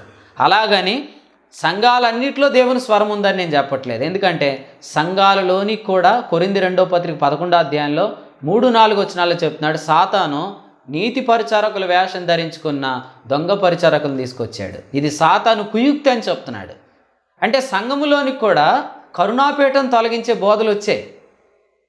విధిరూపకమైన ఆజ్ఞల వల్ల బ్రతకటం అనే ఈ ధర్మశాస్త్ర మూలమగు నీతి స్వనీతి వచ్చింది. కానీ నేను చెప్పేది సార్వత్రికంగా వాక్యపరంగా సంఘకాలం ప్రారంభించబడిన తర్వాత ఆయన స్వరూపం వెల్లడైంది. ఆయన స్వరం వినబడుతుంది సంఘంలో. మీలో చాలామంది అనుకోవచ్చు, సంఘములోనే ఆయన స్వరం వినబడుతుందంటే, ఆయన మర్మం తెలియబడుతుందంటే ఇంతకు ముందున్నవారు అంత ఎన్నికైన వారు కాదా అని. అయితే మీ ప్రశ్నకు ఆన్సర్ ఇక్కడే ఉంది. కొరింథీయులకు రాసిన మొదటి పత్రికలో 2వ అధ్యాయంలో ఒక మాట చెప్పాడు చూడండి. 2వ అధ్యాయం వచనం 7 చూడండి. దేవుని జ్ఞానము మర్మమైనట్టుగా బోధించున్నా. ఒక్క నిమిషం తమ్ముడు, ఈ మర్మం ఎప్పటి నుంచి ఉంది ఒకసారి ఇది ఇలాగే పట్టుకోండి. కొలస్సీలకు రాసిన పత్రిక మొదటి అధ్యాయం, కొలస్సీలకు రాసిన పత్రిక మొదటి అధ్యాయంలో ఏం రాశాడు చూడండి. యుగములలోను 25వ వచనం, తరములలోను మరుగు చేయబడిన మర్మం అన్నాడు. దేవుని వాక్యాన్ని ఏమన్నాడు? యుగములలో, తరములలో మరుగు చేయబడిన మర్మం. కానీ కొరింథీ మొదటి పత్రిక 2వ అధ్యాయం 7లో ఏమంటున్నాడు? ఈ జ్ఞానం మరుగై ఉండెను, జగదుత్పత్తికి ముందుగానే దేవుడు మరణ మహిమ నిమిత్తం నియమించను. మన అంటే ఇక్కడ సంఘము. సంఘం ఎప్పుడు ప్రారంభించబడిందండి? అనేక యుగాలు, అనేక తరాల్లో సంఘం లేదు. సంఘము ప్రారంభించబడి 2000 సంవత్సరాల కాలమైంది సుమారుగా. ఈ 2000 సంవత్సరాల కాలంలో సంఘము ద్వారా తెలియబడుతున్నదే దేవుని మర్మం. అంతకుముందు అదంతా కూడా మరుగ్గా ఉంది. అలాగని ఆ మర్మం అంతకుముందు లేదని కాదు, చెప్పాడు కదా, మర్మము మరుగ్గా ఉంది అన్నాడు. కానీ ఎక్కడుంది? చదువుదాం. ఎక్కడుంది ఇప్పుడు చదువుదాం. రోమీయులకు రాసిన పత్రిక 16వ అధ్యాయం. ప్రతి పాయింట్ చాలా ప్రాముఖ్యమైనది, అందుకే నేను ఇందాక నుంచి చెప్తున్నాను. 16వ అధ్యాయం 25 చూడండి, 25, 26. సమస్తమైన అన్యజనులు విశ్వాసమునకు విధేయులగునట్లు అనాది నుండి రహస్యముగా ఉంచబడి ఇప్పుడు ప్రత్యక్షపరచబడిన మర్మము నిత్యదేవుని ఆజ్ఞ ప్రకారం ప్రవక్తల లేఖనముల ద్వారా వారికి తెలుపబడి ఉంది. అంటే ఈ మర్మం ఎక్కడుంది? ప్రవక్తల లేఖనాల్లో ఉంది. రోమాపత్రిక మొదటి అధ్యాయం మొదటి 7 వచనాల్లో కూడా ఉంది. ప్రవక్తల లేఖనాల్లో మర్మం ఉంది. నేను క్లియర్గా ఇలా చెప్తున్నాను, మర్మమే దేవుని స్వరం. అది సంఘము ద్వారా ఇప్పుడు ప్రకటించబడుతుంది. కానీ ఇదంతా కూడా లేఖనాల్లో ముందుగానే ఉంది. లేఖనాలు ఎక్కడున్నాయి? అది కూడా చదువుదాం. లేఖనాలు మందసంలో ఉన్నాయా? దాని మీద కరుణాపీఠం పెట్టాడా? కాదు. లేఖనాలు ఎక్కడ ఉన్నాయి? రోమాపత్రిక 3వ అధ్యాయం మొదటి 2 వచనాల్లో. అట్లయితే యూదునికి కలిగిన గొప్పతనమేమి, సున్నతి వలన ప్రయోజనమేమి? మొదటిది, దేవోక్తులు యూదుల పరము చేయబడెను. ఆజ్ఞలు వేరు, దేవోక్తులు వేరు. దేవోక్తి ఆజ్ఞ కాదు. ఆజ్ఞలు మందసంలో పెట్టి కరుణాపీఠం పెట్టాడు. కానీ లేఖనాలు ప్రవక్తల ద్వారా, ఆత్మ ప్రేరేపణ ద్వారా దేవుడు రాయించి అవి వారి మధ్య ప్రకటించాడండి. వారందరూ కూడా లేఖనాలను విన్నారు. వారు లేఖన గ్రంథాలను వారు పరిశోధించారు. వారిని పరిశోధించమని దేవుడు చెప్తానే వచ్చాడు. ఎజ్రా గురించి ఒక అన్యరాజు ఇచ్చిన సాక్ష్యం ఏంటంటే, నీ చేతిలో ఉన్న గ్రంథము అన్నాడు.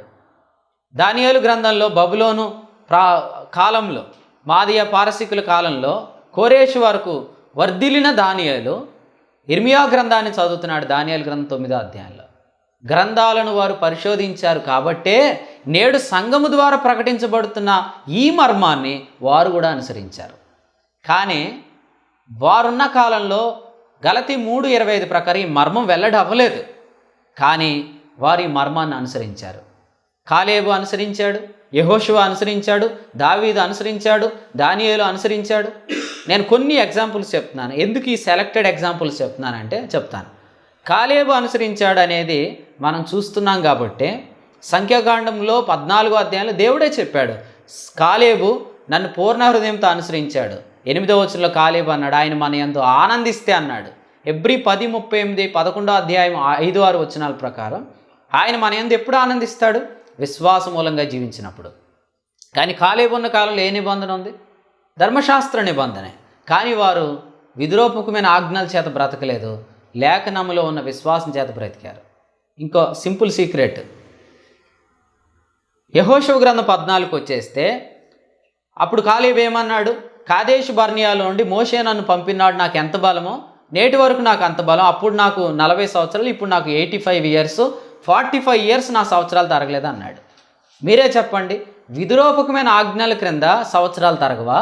కరుణాపీఠం మీద సంవత్సరాలు తరగవా? మీరు ఆలోచించేయండి. ప్రకటన గ్రంథం 1వ అధ్యాయం 12వ వచనం ప్రకారం ఎవరైతే ఆయన రెక్కల క్రింద ఉన్నారో, అనగా క్రీస్తుతో కూర్చున్నారో, వారి సంవత్సరాలు తరగవు. అంటే వారు విద్రోపకమైన ఆజ్ఞల క్రింద ఉండి కానీ రెక్కల క్రింద ఉండే అనుభవాన్ని అనుభవించారు. కరుణాపీఠం మీద ఉండే అనుభవాన్ని అనుభవించారు. కరుణాపీఠం మీద ఏముందంటే లేవీకాండం 16:14 ప్రకారం అతి పరిశుద్ధ స్థలంలో ప్రవేశించిన రక్తం ఉంది. అది క్రీస్తు రక్తానికి సాదృశ్యం. కాబట్టి క్రీస్తు రక్తం ఇప్పుడు ఎక్కడుంది? హెబ్రీ 9:12 పరలోకం. అక్కడ సంవత్సరాలు తరగట్లే, కాలేబు సంవత్సరాలు తరగలేదు. కానీ ఆయన కోపం క్రింద ఉన్న వారి సంవత్సరాలు ఏమవుతున్నాయి? దేవుని వాక్యంలో కీర్తన గ్రంథం 90వ కీర్తన, ఆయన యొక్క కోపం క్రింద ఉన్న వారి సంవత్సరాలు ఏమవుతున్నాయి? 45వ వచనం. అతని యవన దినములను తగ్గించి ఉన్నావు. ఒకసారి యూట్యూబ్ ఎక్కడి వరకు? అతని యవన దినములను తగ్గించి ఉన్నావు, సిగ్గుతో అతని కప్పి ఉన్నావు. యెహోవా ఎంతవరకు నీవు దాగి ఉందువు? నెక్స్ట్, ఎంతవరకు నీ ఉగ్రత అగ్నివలె మండును? నెక్స్ట్ 47, ఆయుష్కాలము ఎంత కొద్దిదో జ్ఞాపకం చేసుకోను. చూడండి, ఇక్కడ ఉగ్రత క్రింద ఉన్నప్పుడు ఆయుష్కాలం తగ్గిపోతుంది, సంవత్సరాలు తగ్గిపోతున్నాయి, యవన దినాలు తగ్గిపోతున్నాయి. కానీ ఆయన రెక్కల క్రింద మలాకి 4:2 కూడా మనకు తెలుసు కదా, ఆరోగ్యము, నూతన యవ్వనము, నూతన బలము, సంవత్సరాలు తరగవు. హెబ్రీ 1:12. కాబట్టి చూడండి, నేను ఫస్ట్ ఎగ్జాంపుల్ చెప్పాను ఇప్పటివరకు కాలేబు గురించి. నెక్స్ట్ ఎగ్జాంపుల్ యెహోషువ. యెహోషువ గ్రంథం 24లో యెహోషువ ఏమన్నాడు అనేది ప్రతి ఒక్కరింట్లో ఉంటుందండి. యెహోషువ ఏమన్నాడు? నేనును నా ఇంటివారును యెహోవాను సేవించేదాం. 15వ వచనం. సేవించడం అంటే ఏంటి? హెబ్రీ 3:12 విశ్వాస మూలంగా బ్రతుకుతాం. కాబట్టి కాలేబు విశ్వాసాన్ని అనుసరించాడు, యెహోషువ విశ్వాసాన్ని అనుసరించాడు. నెక్స్ట్ దావీదు గురించి ప్రభు ఇచ్చిన ఒక గంభీరమైన సాక్ష్యం ఏంటి? రాజుల మొదటి గ్రంథంలో దావీదు గురించి 15వ అధ్యాయంలో దేవుడిచ్చిన ఒక గంభీరమైన సాక్ష్యం 4వ వచనం. దావీదు హిత్తీయుడైన ఊరియా సంగతి అందు తప్ప తన జీవిత దినములన్నీ యెహోవా దృష్టికి యథార్థముగా నడుచుకున్నాడు. అంటే దావీదు ఏనాడు కూడా 10 ఆజ్ఞల్లో మొదటి ఆజ్ఞ తప్పలేదు. మీరు చూడండి, దావీదు ఎప్పుడూ కూడా నిర్జీవ క్రియల జోలికి వెళ్ళలేదు, విగ్రహారాధన చేయలేదు, జీవము గల దేవుని సేవించాడు. ఆసా గురించి, యెహోషాపాతు గురించి, యోధారాజులు చాలామంది చాలా వరకు పెర్ఫెక్ట్గా బ్రతికారు. కానీ వారు బలిపీఠాలను కానీ పురుషగాములను కానీ వారు తీయలేక పడగొట్టలేకపోయారు. కానీ దావీదు అలా లేడు. అందుకని ఉదయకాలపు మెసేజ్లో నేను చెప్పాను, దావీదు యాజకుని రొట్టెలు కూడా తిన్నాడు. అంటే ఇప్పుడు దావీదు యోధా గోత్రం, దావీదు రాజు. కానీ దావీదున్న నిబంధన విధిరూపకమైన ఆజ్ఞలు ఎలా చెప్పవచ్చు? 32వ కీర్తనలు ఏమన్నాడు? రోమపత్రిక 4వ అధ్యాయంలో రాశాడు. ఏమన్నాడు? తన అతిక్రమములకు పరిహారం నొందినవాడు, తన పాపమునకు ప్రాయశ్చిత్తం నొందినవాడు ధన్యుడు, యెహోవా చేత నిర్దోషి అని ఎంచబడినవాడు ధన్యుడు. అంటే క్రియలు లేకుండా దేవుడు ఎవరిని నీతిమంతునిగా తీర్చునో ఆ మనుషుడు ధన్యుడు అని దావీదు కూడా చెప్పుచున్నాడు. సో దావీదు మన గురించి రాశాడు. కారణం దావీదు ఏ నిబంధనలో ఉన్నాడు? పాత నిబంధనలో ఉన్నాడు. కానీ పాత నిబంధనలో ఉన్న దావీదు గురించి రాజుల మొదటి గ్రంథం 15లో ఏం రాశాడు? దావీదు యథార్థముగా ప్రవర్తించాడు. అంటే జీవము గల దేవుని సేవించాడు, యథార్థముగా ఆరాధించాడు. యోహాను 4:24లో చూస్తున్నా. అంటే హెబ్రీ 3:12 ప్రకారం విశ్వాస మూలంగా బ్రతికాడు. అందుకని హెబ్రీ పత్రిక 11వ అధ్యాయం 32లో దావీదు విశ్వాస వీరుల్లో ఉన్నాడు. సో దావీదు ఈ మర్మం బయలుపరచబడకముందు, సంఘం ఇంకా రాకముందు, ఈ విశ్వాసం వెల్లడి కాకముందు ఎలాగ విశ్వాసాన్ని అనుసరించాడు? స్క్రిప్చర్స్, లేఖనాలు. సో లేఖనాలు వినండి, ఇక్కడ దావీదు యాజకుని రొట్టెలు తిన్నాడు. అంటే దావీదు వాస్తవంగా పాత నిబంధన క్రింద ఉన్నాడు కాబట్టి రాజు యాజకుడై ఉండడు. సౌలు ఎందుకు తొలగించబడ్డాడండి? మనకు తెలుసు కదా, సౌలు బలిపీఠం మీద అర్పించాడు. ఉజ్జియా ఎందుకు కుష్ఠరోగం పొందాడు? ఉజ్జియా ధూపం వేశాడు. వాళ్ళు రాజులై ఉండి యాజకత్వం చేశారు. కారణం వారున్న నిబంధనలో రాజులైన యాజకత్వం వాగ్దానం చేయబడలేదు. యాజక పరిచర్య లేవీలు, రాజరిక పరిచర్య యోధా రాజులు, ఇశ్రాయేల్ రాజులు చేశారు. అందుకనే వారు తొలగించబడ్డారు. మరి ఎందుకు దావీదు విషయంలో యాజకుని రొట్టెలు తిన్న దావీదుకి ఏం జరగలేదు? ఈ విషయం మనం చెప్పుకోవట్లేదు, యేసు ప్రభువే చెప్పారు. కారణం ఏంటంటే దావీదు విశ్వాసాన్ని అనుసరించాడు. విశ్వాసము పరలోక సంబంధమైన దేవుని రాజ్యం, దేవుని చిత్తం, దేవుని సంకల్పం, దేవుని సంఘం. అందుకనే అతడు యాజక రూపమైన రాజ్యాన్ని అనుభవించాడు. సో నేను 3 విషయాలు చెప్పాను. 1 కాలేబు, సంవత్సరాలు తరగలేదు, విశ్వాస నిబంధన. 2 యెహోషువ, నిర్జీవ క్రియలు సేవించలేదు, విశ్వాస నిబంధన. 3 దావీదు యాజక రూపమైన రాజ్యం అనుభవించాడు, విశ్వాస నిబంధన. ఇంకా 4 ఏంటండి? దానియేలు. దానియేలు గురించి ఆలోచించేయండి. దానియేలు ఏమని పిలువబడ్డాడో ఒకసారి గమనించండి. దానియేలు గ్రంథం 6వ అధ్యాయం. లేఖనాల ఆజ్ఞల, అది నేను చెప్పడానికి రాత్రి ప్రవహిస్తున్న సంగతులండి ఇవి, మీరు ఆలోచన చేయాలి. 6వ అధ్యాయంలో 22లో ఏముంది? నా దేవుని దృష్టికి నిర్దోషినిగా కనబడి తిని అన్నాడు. 23లో అతడు భక్తి గలవాడు అని రాశాడు. అతడు జీవం గల దేవుని సేవిస్తున్నాడని దర్యావేషి చెప్పాడు. సో ఒక మాట గమనిద్దాం. పాత నిబంధన క్రింద ఉన్న వారు ఎవరైనా దేవునికి నిర్దోషులుగా కనబడతారా? ఖచ్చితంగా కనపడరు. ఎందుకంటే విధిరూపకమైన ఆజ్ఞలు విధించిన ధర్మశాస్త్రములో లేదా పాత నిబంధనలో ఆ నిబంధన ద్వారా ఎవరు కూడా దేవుని ఎదుట నీతిమంతులని తీర్పు పొందరు, దేవుని ఎదుట వారు నిర్దోషులనే తీర్పు పొందరు. అందుచేత ఆ నిబంధన క్రింద ఉన్న వారు ఎవ్వరూ కూడా నిర్దోషులని తీర్పు పొందరు.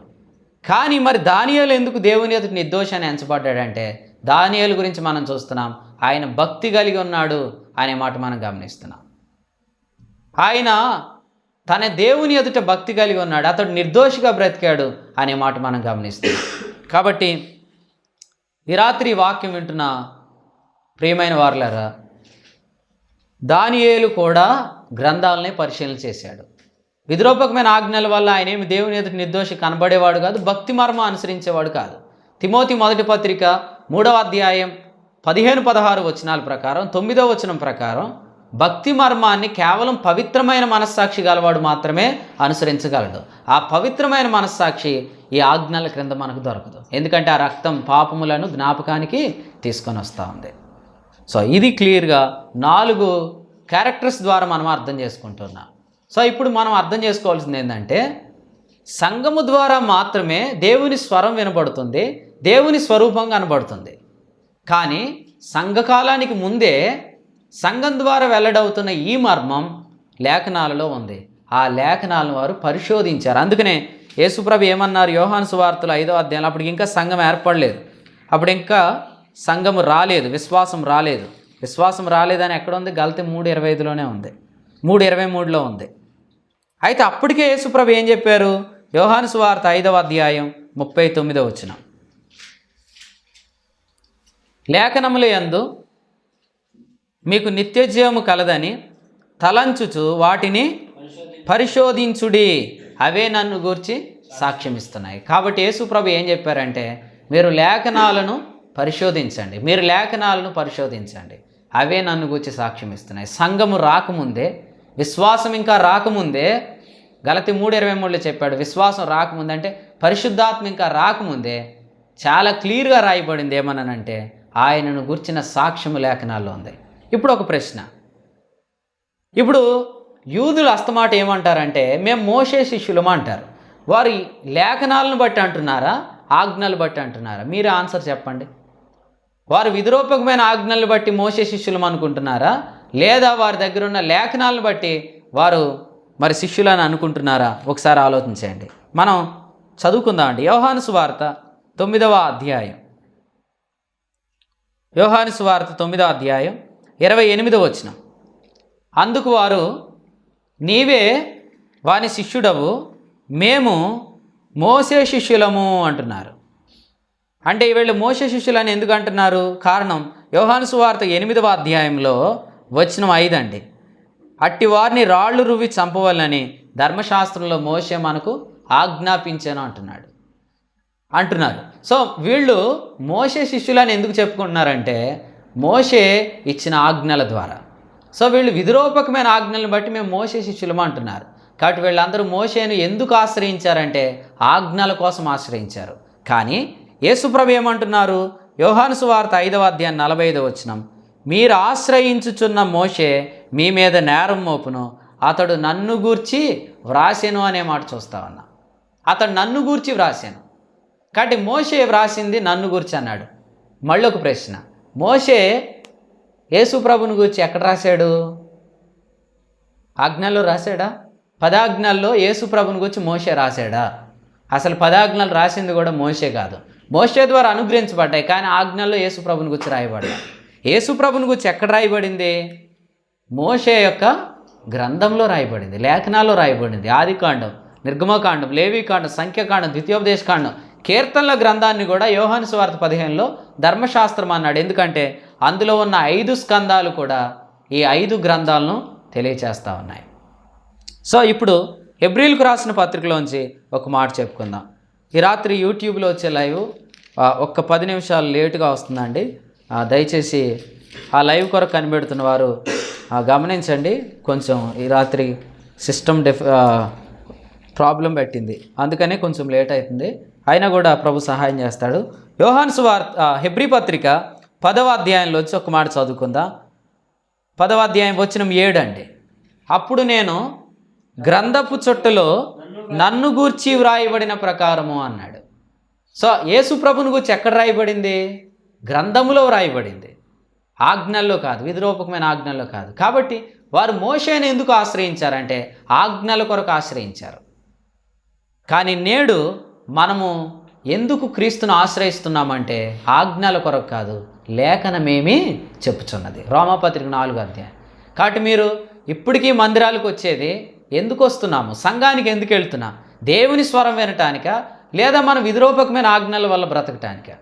మీలో చాలామంది అనుకుంటారు కమాండ్మెంట్స్ లేకపోతే ఎలాగా అంటే, చాలామంది అంటే ఇందులో వాళ్ళు అనుకోవట్లేదులే అండి, కొంతమంది అనుకుంటున్నారు కమాండ్మెంట్స్ లేకపోతే ఎలాగాని. రోమా 3:31 మీరు ఎందుకు చదవరు? ఇలాంటి వారు రోమాపత్రిక 3:31 ఏముంది? విశ్వాసము ధర్మశాస్త్రమునకు విరోధమైంది కాదు, విశ్వాసము ధర్మశాస్త్రాన్ని స్థిరపరుస్తుంది అనే మాట మనం చూస్తా ఉన్నాం.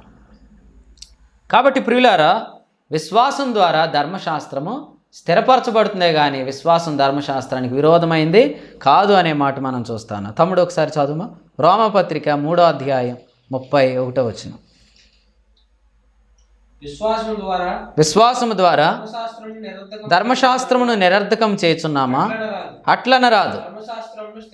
ధర్మశాస్త్రాన్ని ఏం చేస్తున్నామండి? స్థిరపరుస్తున్నాము అని రాయబడింది. సో విధిరూపకమైన ఆజ్ఞల ద్వారా ధర్మశాస్త్రం అనేది నిరర్ధకం చేయబడట్లేదు, అది స్థిరపరచబడుతుంది. ఎందుకంటే విశ్వాసం ద్వారా ఏం కలుగుతుందంటే మనం ఎరిగిన మాటలే, నేను అవి రిపీట్ చేయట్లేదు. తీతు పత్రిక 3:15, ఎఫెసీ పత్రిక 6:23 ప్రకారం విశ్వాసాన్ని బట్టి ప్రేమ కలుగుతుంది. ఈ ప్రేమ ఏం చేస్తుంది? రోమాపత్రిక 13:10 ప్రకారం ఈ ప్రేమ ధర్మశాస్త్రాన్ని 10 ఆజ్ఞలు నెరవేర్చడమే. ప్రేమ పొరుగువానికి కీడు చేయదు కనుక ప్రేమ కలిగి ఉండుట ధర్మశాస్త్రాన్ని నెరవేర్చడమే. నేను సందేశాన్ని ముగిస్తున్నాను. ఫైనల్గా ఒక క్వశ్చన్ అడుగుతున్నాను. 10 ఆజ్ఞల వల్ల ప్రేమ కలిగిద్దా? విశ్వాసం వల్ల ప్రేమ కలిగిద్దా? మీరు ఆలోచించండి. మందసములో ఉన్న 10 ఆజ్ఞల వల్ల ప్రేమ కలిగిద్దా, లేదా కరుణాపీఠం మీద ఉన్న విశ్వాసం వల్ల ప్రేమ కలిగిద్దా? ఆలోచించేయండి, మీకు అర్థమైద్ది. విశ్వాసం వల్లే ప్రేమ కలిగిద్ది. కాబట్టి ప్రేమ ద్వారే ధర్మశాస్త్రం స్థిరపరచబడిద్ది, కానీ ధర్మశాస్త్రం ద్వారా ధర్మశాస్త్రం స్థిరపరచబడదు. మతము ద్వారా దేవుని యొద్దకు మనం రాలేము, కానీ దేవుని యొద్దకు రావటం ద్వారా మతంలో ఉన్న మంచి ఆజ్ఞలన్నీ నెరవేరుస్తున్నాం. కాబట్టి ఆనాడు వారు మోషేను ఆశ్రయించింది ఆజ్ఞల కొరకు, కానీ ప్రభు ఆశ్రయించమంటుంది ఆజ్ఞల కొరకు కాదు. మోషే నన్ను గూర్చి వ్రాశాడు. సో లేఖనాల్లో నేనున్నాను, మోషే నన్ను గూర్చి వ్రాశాడు. ఆదికాండం 1వ అధ్యాయం నుండి యేసుక్రీస్తు మనకు లేఖనాల్లో కనబడుతున్నాడు. కాబట్టి క్రీస్తుని వెతకటానికి మనం బైబిల్ చదువుతున్నామా, లేదా కొన్ని స్వనీతికి మూలంగా గ్రంథాన్ని తెలుసుకొని చదువుతున్నామా? ఒక మాట చదువుకొని ఆగిపోదాం. కొరింథీయులకు రాసిన 2వ పత్రిక, కొరింథీయులకు రాసిన 2వ పత్రికలో 3వ అధ్యాయం 3వ అధ్యాయంలో వచనం 14 అండి, క్షమించండి. గనుక పాత నిబంధన చదువుచున్నప్పుడు అది క్రీస్తునందు కొట్టివేయబడినని వారికి తెలియపరచబడక ఆ ముసుగే నిలిచి ఉన్నది. మోషే గ్రంథం వారు చదువునప్పుడల్లా ముసుగు వారి హృదయముల మీదుగా ఉన్నదని చెప్తున్నాడు. కాబట్టి ఇప్పుడు గ్రంథాన్ని నేను చదువుతున్నాను అనుకోండి. ఇప్పుడు నేను గ్రంథాన్ని చదువుతున్నప్పుడు నేను ఇంకా పాత నిబంధన క్రింద ఉన్నట్లుగా ఎంచుకొని గ్రంథం చదివితే క్రీస్తు కనపడ్డు. సో ఇది ప్రాముఖ్యమైనది. రోజు బైబిల్ చదువుతున్నామండి అంటారు చాలామంది. మంచిది, చదవండి.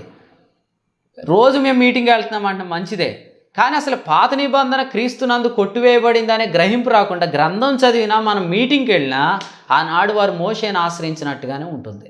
క్రీస్తును మనం చూడలేకపోతున్నాం, క్రీస్తును మనం ఎరగలేకపోతున్నాం. అందుకనే ఫస్ట్ ప్రతి సేవకుడు, ప్రతి బోధకుడు క్రీస్తునందు ధర్మశాస్త్రం కొట్టివేయబడిందంటే ఏంటో సంఘానికి చెప్తే తప్ప మనము గ్రంథం చదివినప్పుడు అర్థం కాదు. రాత్రి నాకు మన ప్రియ సోదరుడు నాయుడు గారు, ఆయన మేము నాయుడు అని పిలుస్తున్నాం కానీ ఆయన పేరు సుబ్బానాయుడు గారు, ఆ సహోదరుడు ఒక మాట చెప్పాడు. అన్న, నేను రోమాపత్రిక చదువుతున్నాను, నాకు చాలా క్లియర్గా అర్థమవుతుంది. నేను కావాలని చెప్పలేదు, ఇప్పుడు దేవుడు అది గుర్తు చేశాడు. రోమాపత్రిక చదువుతున్నాను, నాకు చాలా క్లియర్గా అర్థమవుతుంది అన్నాడు. అంతకుముందు కూడా చదివాడు, కానీ అంతకుముందు ఆయనకు పత్రికలో నేనేం చేయాలనేదే కనపడింది. కానీ ఇప్పుడు పత్రిక చదువుతుంటే క్రీస్తు ఏమై ఉన్నాడనేది అర్థమవుతుంది. కాబట్టి మనం గ్రంథం చదువుతున్నప్పుడు ఆదికాండం నుంచి ప్రకటన వరకు నేనేం చేయాలనే మెసేజ్ కోసం చదువుతున్న వారికి ఎవరికి గ్రంథం క్షేమం కాదు. ఎందుకంటే వాళ్ళ ముఖం మీద ముసుకుంది వాళ్ళు గ్రంథం చదువుతున్నారు. ఇశ్రాయేలీలు సమాజ మందిరంలోకి వెళ్ళి చదువుతుంది ఇదే గ్రంథం అండి. వాళ్ళ దగ్గర లేఖనాలు ఉన్నాయి, మనకంటే ముందు ఉన్నాయి. కానీ అందులో ఉన్న మర్మం, విశ్వాస మర్మం ఈనాడు సంఘం ద్వారా తెలియజేయబడుతుంది, అది వారికి మరుగ్గా ఉంది. రోమాపత్రిక 11లో దావీదు చెప్పాడు, వారి వీపు వంగిపోయింది, వారి కన్నుల గురుటితనం కలిగింది, వారి చెవులు బంధించబడ్డాయని చెప్పాడు. కాబట్టి ఎప్పటి వరకు వారికి ముసుగు నిలిచి ఉంటుంది? రోమాపత్రిక 11:25-26 విమోచకుడు వచ్చేంత వరకు. అంటే ఇశ్రాయేలు క్రీస్తునందు పాత నిబంధన కొట్టివేయబడింది అనేది గ్రహిస్తే తప్ప వారికి దేవుని మర్మం వెల్లడి కాదు. కానీ ఆనాడు దానియేలు కానీ, దావీదు కానీ, కాలేబు కానీ, యెహోషువ కానీ ఇంకా చాలామంది ఉన్నారు, వారు ఆనాడే సత్యం గ్రహించారు. దేవుడు మోషే ద్వారా గుడారాన్ని అమర్చినప్పుడు ఎందుకు మందసంలో ఆజ్ఞలు పెట్టాడు, ఎందుకు మోతకర్రలు దూచాడు, ఎందుకు కరుణాపీఠం పెట్టాడో వాళ్ళకి అర్థమైంది. కాబట్టి ఈనాడైనా మనం విద్రోపకమైన ఆజ్ఞల ద్వారా బ్రతుకుతున్నామా, లేఖనాల ద్వారా బ్రతుకుతున్నామా అనేది తెలుసుకోవాలి. ఈ రెండింటికి సంబంధమే లేదండి. గలతీ 3:12. కానీ ఈ రెండింటిలో శ్రేష్టమైంది విశ్వాసం. ఈ శ్రేష్టమైన విశ్వాసం ద్వారా బ్రతుకున్నప్పుడు ఆజ్ఞలు మనం నిరర్ధకము చేయము. రెండు బ్యాలెన్స్ చేసి నడవాలని అనుకోవద్దు. నా ప్రియ స్నేహితుడు ఉన్నాడు ఒక ఆయన నాకు 2014 సంవత్సరంలో పరిచయం అయ్యాడు. ఆ తర్వాత మేమిద్దరం కొంచెం వాక్యం డిస్కస్ చేసుకున్నాం. అయితే ఈ మధ్యకాలంలో నేను సత్యాన్ని పూర్తిగా గ్రహించిన గత 5 సంవత్సరాలుగా ఆయనతో మాట్లాడుతున్నప్పుడు ఆయన కూడా ఆ విషయాలను గ్రహించాడు. అయితే ఆయనకు ఇంకో స్నేహితుడు ఉన్నాడు. ఆయన అన్నాడంట, ఇది హైపర్ గ్రేస్, ఇది ప్రమాదకరమైంది, మనము ధర్మశాస్త్రాన్ని కూడా కృపతో కలిపి ఫాలో అవ్వాలన్నాడంట. అప్పుడు నేను చెప్పాను రోమా 3:31.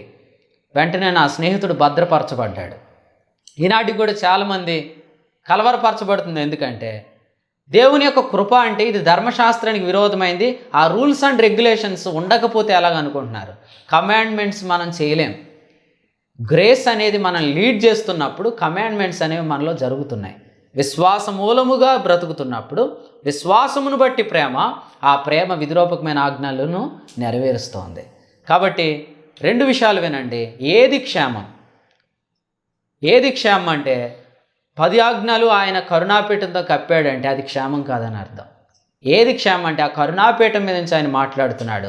ఆ 7 దీపములు వెలిగించబడ్డాయి, మధ్యలో ప్రభువైన యేసుక్రీస్తు ప్రత్యక్షమవుతున్నాడు. కాబట్టి క్రీస్తు నీకు ప్రత్యక్షమయ్యే బోధే నీకు క్షేమం తప్ప